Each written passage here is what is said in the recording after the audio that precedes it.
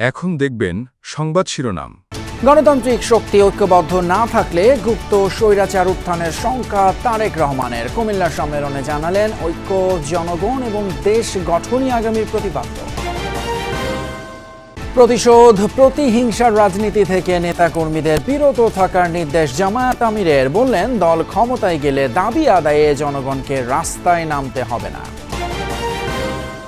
ফেব্রুয়ারিতে নির্বাচন আয়োজনে দৃশ্যমান অদৃশ্য চ্যালেঞ্জ মোকাবেলা করছে কমিশন। জানালেন সিইসি, পক্ষপাত প্রহসনের রীতি থেকে বেরিয়ে আসার প্রত্যয়।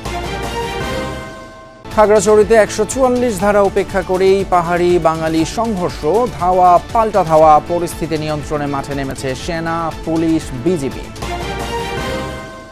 জাতিসংঘে সংস্কারের কথা তুলে ধরে দলগুলোর জবাবদিহিতা নিশ্চিতের চেষ্টা করেছেন ডক্টর ইউনূস। মত বিশ্লেষকদের নির্বাচনী বার্তায় মিলেছে সবার আস্থা বহালের আভাস।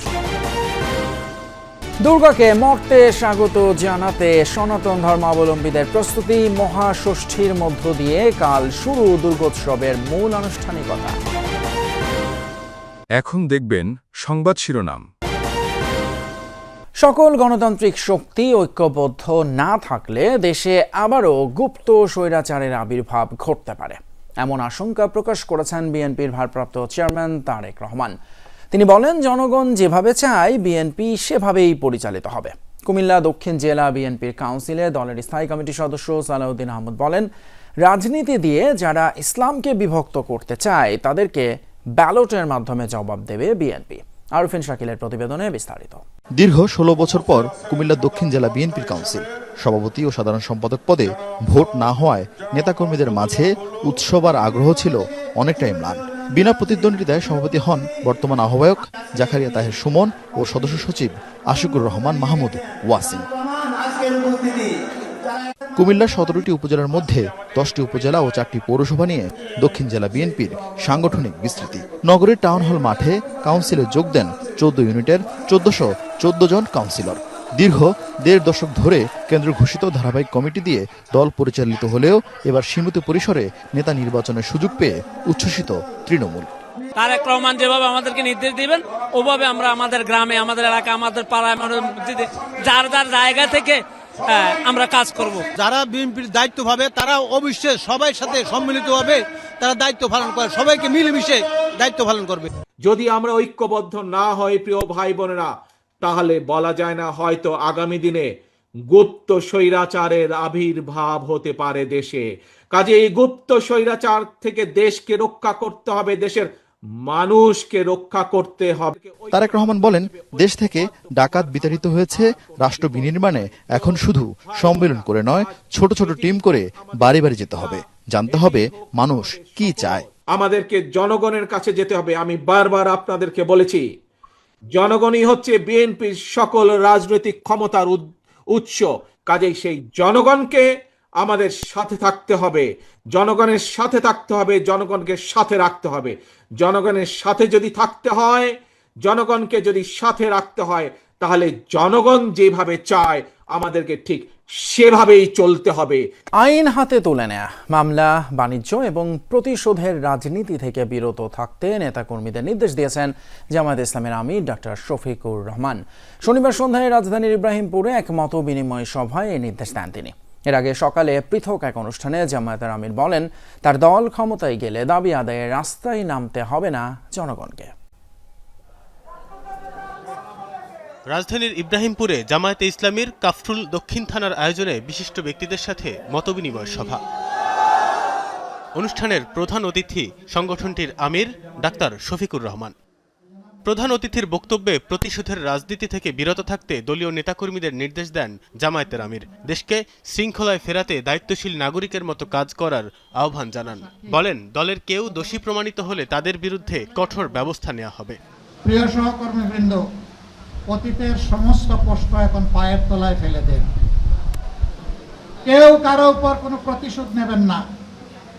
ধৈর্য ধরুন, আল্লাহর শুকরিয়া আদায় করুন এবং দেশকে শৃঙ্খলায় ফিরাই আনতে একজন দায়িত্বশীল নাগরিক হিসাবে দায়িত্ব পালন করুন। কেউ আমরা আইন হাতে তুলে নেব না, আবার কারণ আমি মিথ্যা মামলাও দেব না যে মৌসুম পেয়েছি এখন ইচ্ছা মতো মিথ্যা মামলা শত শত দিয়ে এখন মামলা বাণিজ্য করে কিছু কামাই করে নেই। না, এ কাজও আমরা করবো না, এটাও হারাম।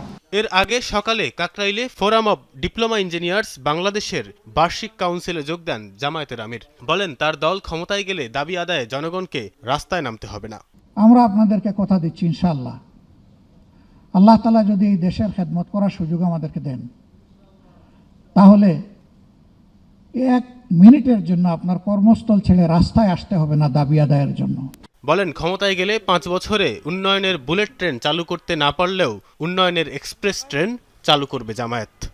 আগামী ফেব্রুয়ারিতে নির্বাচন করতে দৃশ্যমান এবং অদৃশ্য চ্যালেঞ্জ মোকাবেলা করতে হচ্ছে নির্বাচন কমিশনকে। আর এই কথা জানিয়ে সিইসি এমএমএম নাসির উদ্দিন বলেন, ইসির ওপর পূর্ণ আস্থা আছে প্রধান উপদেষ্টার। এ সময় নির্বাচন কমিশনার আবুল ফজল মোহাম্মদ সানাউল্লাহ বলেন, পক্ষপাতিত্বমূলক কোনো নির্দেশনা দেবে না কমিশন। সারা দেশ থেকে আসা নির্বাচন কর্মকর্তাদের নিয়ে নির্বাচন ভবনে সম্মেলন। জাতীয় নির্বাচনে রিটার্নিং ও সহকারী রিটার্নিং অফিসার হিসাবে নির্বাচন কমিশনে কর্মকর্তাদের নিয়োগের দাবি জানানো হয় সম্মেলনে। আমাদের সর্বোচ্চটুকু দিয়ে চেষ্টা করব একটি অবাধ, সুষ্ঠু, নিরপেক্ষ নির্বাচন অনুষ্ঠানে। কমিশনাররা জানান, সততার সঙ্গে কাজ করলে নির্বাচন কর্মকর্তাদের দাবি পূরণ হবে। বিগত সময়ে নির্বাচন কর্মকর্তারা সঠিক দায়িত্ব পালন করেনি, অনেকে অতি উৎসাহী ছিলেন। এবার এমনটা হবে না বলেও জানান কমিশনাররা। বিগত দিনে যেটা হয়েছে আমরা দেখেছি যে আপনারা আপনাদের দায়িত্ব পালন করতে পারেননি, অনেকটা এরকম হৈমন্তী শুক্লার গানের মতো, আমার করার কিছুই ছিল না, শুধু চেয়ে চেয়ে দেখলাম। কিন্তু এইবার হবে উল্টোটা, মানে চেয়ে চেয়ে দেখার আর সময় আপনাদের থাকবে না, আপনারা খালি করতেই থাকবেন। এই নির্বাচন কমিশন কখনোই আপনাদেরকে পক্ষপাতিত্বমূলক দুষ্ট কোনো নির্বাচনের কোনো ইনস্ট্রাকশন দিবে না। 41 বছরের ইতিহাসে প্রথমবারের মতো এশিয়া কাপের ফাইনালে মুখোমুখি হচ্ছে 2 চির প্রতিদ্বন্দ্বী ভারত ও পাকিস্তান। রোববার দুবাই ইন্টারন্যাশনাল ক্রিকেট স্টেডিয়ামে রাত 8:30টায় মাঠে গড়াবে খেলা। রাজনৈতিক অস্থিরতার কারণে এবারের আসরে ভিন্ন অভিজ্ঞতা হয়েছে দুই দেশের।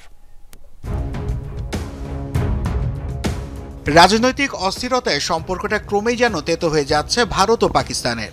সম্প্রতি সেই টানাপোড়েনের ছায়া পড়েছে মাঠে। পেহেলগামে সন্ত্রাসী হামলার প্রভাব দেখা দিয়েছে এশিয়া কাপে। ভারত অধিনায়কের হাত না মেলানো কিংবা খেলা শেষে ড্রেসিং রুম বন্ধ করে দেওয়া ছিল আলোচনার শীর্ষে। তবে পাকিস্তানও যে নীরবে বিষয়গুলো হজম করেছিল তা কিন্তু নয়।